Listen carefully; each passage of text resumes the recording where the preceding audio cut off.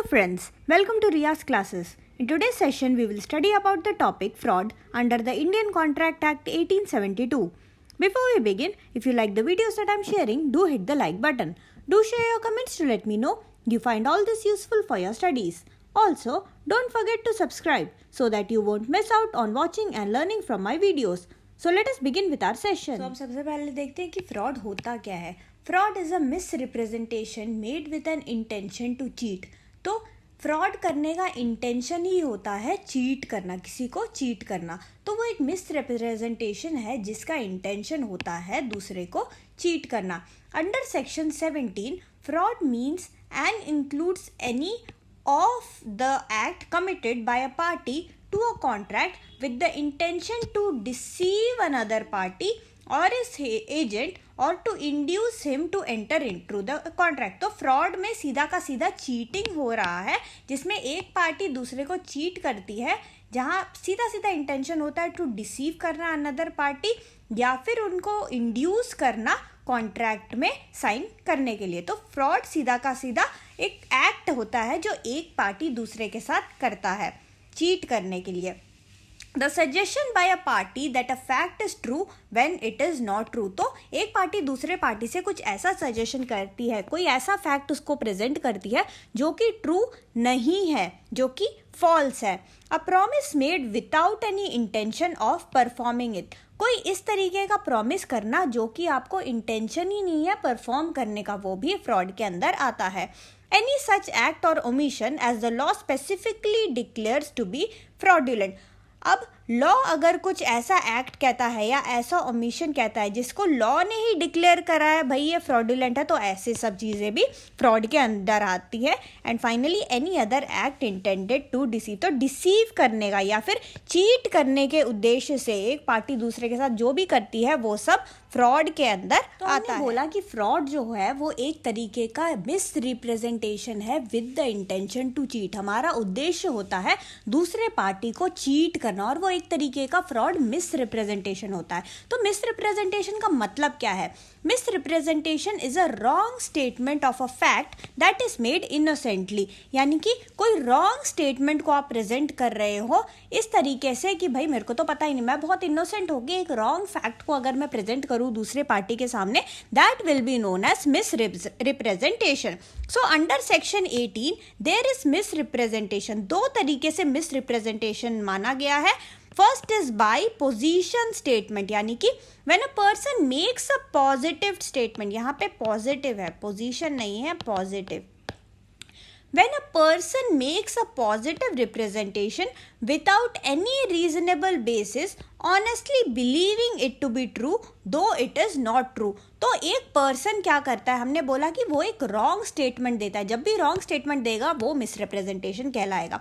तो यहाँ पे वो बंदा, एक बंदा दूसरे पार्टी को कुछ पॉजिटिव स्टेटमेंट दे रहा है और इस तरीके से दे रहा है, इनोसेंटली वो दे रहा है, believing it to be true. तो ये हो गया by positive statement. Second one is by breach of duty. When a person commits a breach of duty which gives him an advantage by misleading another to his disadvantage, he is making misrepresentation. तो पहला तो हो गया positive, उसने खाली यहाँ पे statement दिया. बट सेकंड केस में वो क्या कर रहा है, बाय ब्रीच ऑफ ड्यूटी. वो कुछ ऐसा ब्रीच कमिट करेगा जिससे कि उसे एडवांटेज मिलेगा और उसके उस ब्रीच से उसको जो सेकंड पार्टी है, सेकंड पार्टी को कुछ डिसएडवांटेज होगा. तो ये भी क्या है, ये भी मिस रिप्रेजेंटेशन में आता है. तो मिस रिप्रेजेंटेशन क्या हुआ? It is a wrong statement that is made innocently with the intention to cheat करने के उद्देश्य से ये सारा काम किया गया है. अब हम देखेंगे मिस्टेक के बारे में, यानी गलती. Under section 20 mistake means erroneous belief about something. कुछ गलत belief about something that will be known as mistake. अब मिस्टेक जो होता है टू टाइप्स का हो सकता है. One is mistake of law and the second one is mistake of fact. ठीक है, तो ये दो तरीके का होता है, दोनों को हम देखते हैं. The first one is mistake of law. Ignorance of law is no excuse. Everybody is supposed to know the law of the land.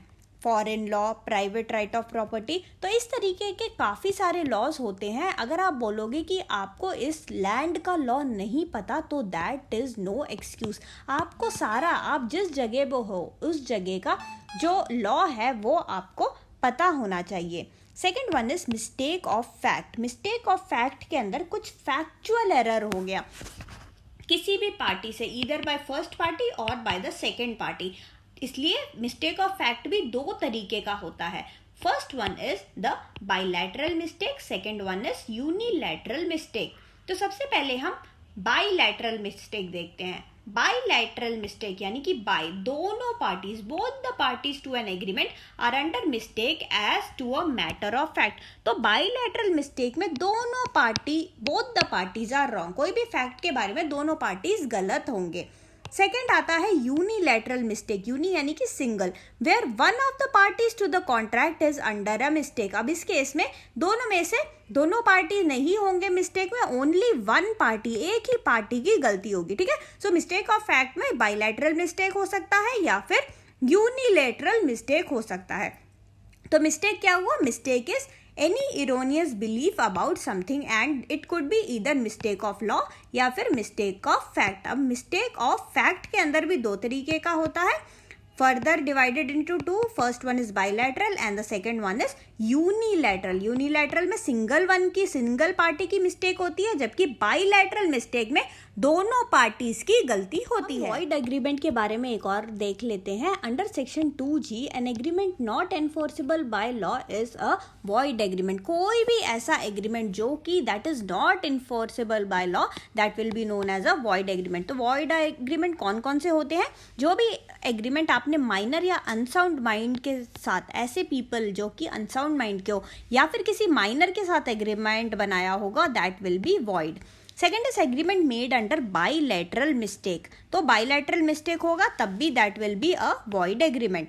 Agreement of which the consideration और ऑब्जेक्टिव इज अनलॉफुल। तो हम पहले से ही कहते आ रहे हैं कुछ भी अनलॉफुल नहीं चलेगा, सब कुछ लॉ के मुताबिक ही होना चाहिए। तो कुछ भी ऐसा एग्रीमेंट जिसमें कि कंसिडरेशन या फिर उसका ऑब्जेक्ट अनलॉफुल है, that will again be void agreement. And finally the agreement that are made without consideration, without any consideration जो भी एग्रीमेंट बनेगा वो void agreement. Now let us see expressly declared void agreement कौन कौन से होते हैं। कुछ ऐसे एग्रीमेंट्स होते हैं जो कि एकदम वॉइड ही होते हैं, एक्सप्रेसली डिक्लेयर्ड वॉइड होते हैं, जैसे कि agreement that are made in restraint of marriage, agreement in restraint of trade marriage, agreements in restraint of legal proceedings that are made which is uncertain। कुछ uncertain करोगे agreement जिसका meaning of which is uncertain, वो भी void ही होगा।